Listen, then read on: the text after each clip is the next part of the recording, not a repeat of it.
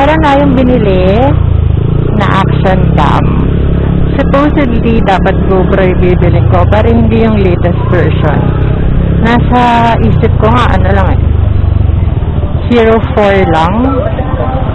Kasi yung bull mo naman, bakit mo siya bibilin o ikakabit sa helmet mo, is same goal kung bibili ka lang din naman ng saktuhan or budget meal lang din na presyo. Kasi hindi naman ako for vlogging. Kasi malikot ang aking so, minsan hindi ito yung trip ko, minsan naman may trip akong iba, minsan trip ko to, trip na ating lahat. Pag-tripan ko kayo, saring. Ayan. So, hindi ko pa na nakikita naka-record sa daan. Actually, nabili ko na to last week. Tapos tinry ko siyang lagyan ng SD card. Pero yung SD card, hindi siya compatible. So, todo kwento pa naman ako sa biyahe ko. Dami kong kwento nun. Tapos pagtingin ko, hindi na record. Oh, shit! Sorry. Ang OA. Ayun. So, bumili ako ng SD card talaga na para dito. So, ngayon, matatry ko. Mache-check ko kung nag-record siya ng tama. Hindi ko alam. Hindi ko talaga alam.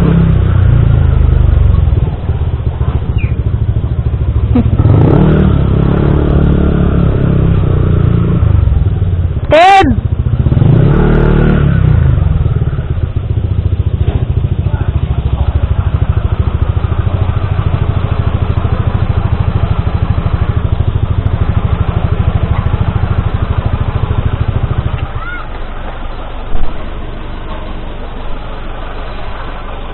Dito tayo kay Kuya Cards.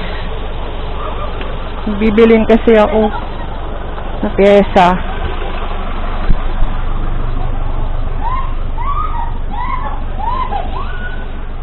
Uwi na tayo, guys. Na-pick up na natin yung mga kailangan pick upin kay Kuya Cards. Wala lang akong sanay magmotor, pero di ako sanay magmotor, guys. Ah!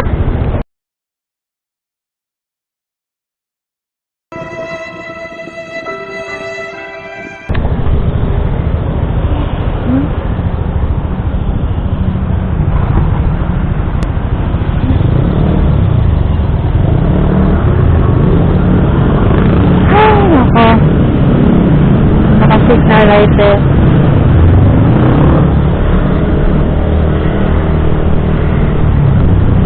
Maganda ka na may camera ka. Muntik na tayo dun, boy. Buti na lang hindi ko nahawakan masyado yung silinyador. Ba't siya dun lumusot? Ngayon ko lang din na-realize. Hindi naman ako road rage.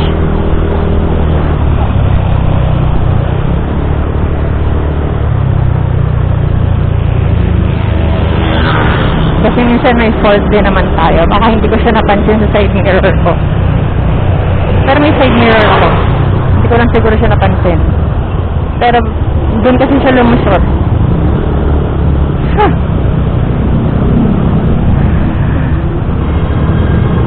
Good thing.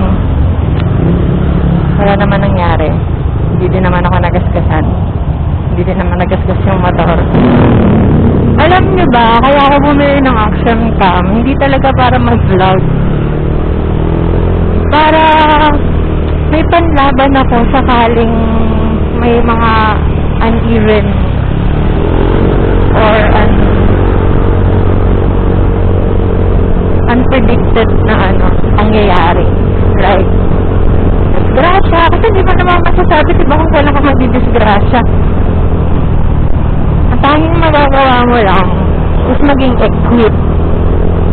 So, hindi man ako bumili ng mga mamahaling equipment or gamit, like GoPro, kasi yung iba rin ang gamit eh. Hindi ako nasilo kasi bumili ng mga mamahaling gamit.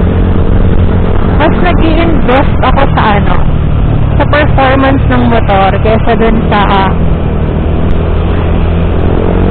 itsura or kakahinat-nat or anong itsura mo pag sakay mo yung motor. Yun. Hindi ako nag-invest. Mas nag-invest ako sa equipment. Yung performance ng motor. Kasi yun yung magsa-change sa akin. Hindi yung ganda, hindi yung ang aesthetic tignan nitong motor na ito. Hindi ganun. Siyempre may parte, pero hindi yun yung goal. Una bumili ako ng motor dahil madami ng lady riders. Noon pa man, marunong na ako mag-drive. Hindi lang 4 wheels. Mas una akong nag-drive ng motor. Una ko pa akong motor na pag-aralan yung decambio. Pero yung hindi de-clutch. May cambio lang, pero matic siya. Ha? Di ba? Ganun tawag doon? Matic na cambio. Ayun, una ko na pag-aralan yun. Mga first year high school ata ako. Uy, gwapo ng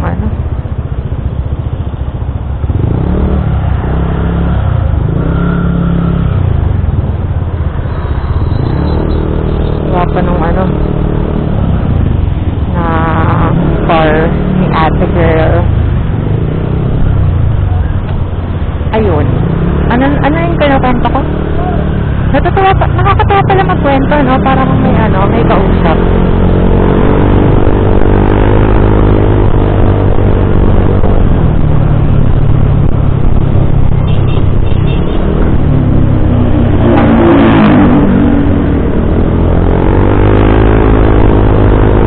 Parang may kasama sa pagdadrive. Kasi nagsasalita ako, tapos nagsakwento ako, pero imaginary friend lang ang kinakwento ha. I think ganun. It's so nice.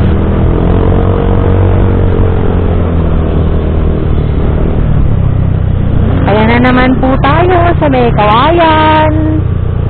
Ang pinaka-ayokong daan. Napakalapit kasi ng kalsada dito eh.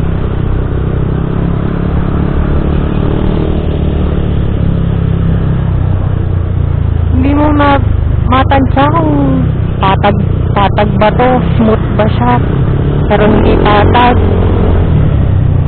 Ma-aksidente ka pa dito eh. Kaya pag dito guys, nagbabagal talaga ako. Malabo kasi mata ko sa may mga hindi ako nakikitang daan. Kagaya yan, ina mo. Ay, bago pa man din ang aking gulong.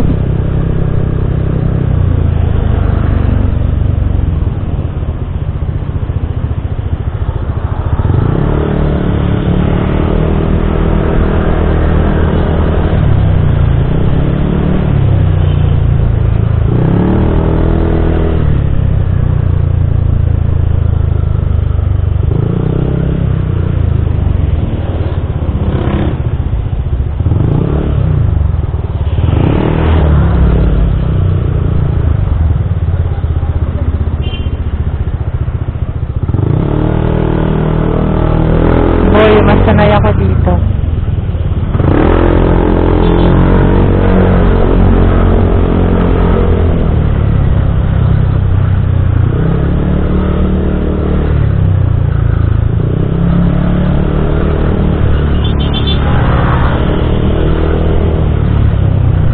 Hindi mo ako mapapasingit sa kabila.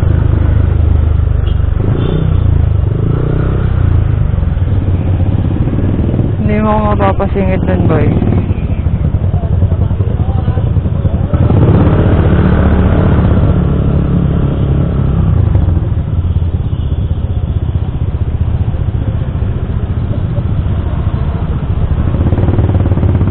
Ay, Diyos ko po. Ayokong sumingit ng alanganin, yung hindi ko kabisado yung dadaanan ko.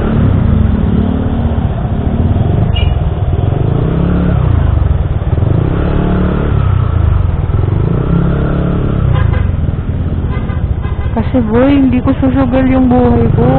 Para lang sa hindi kabisadong daan.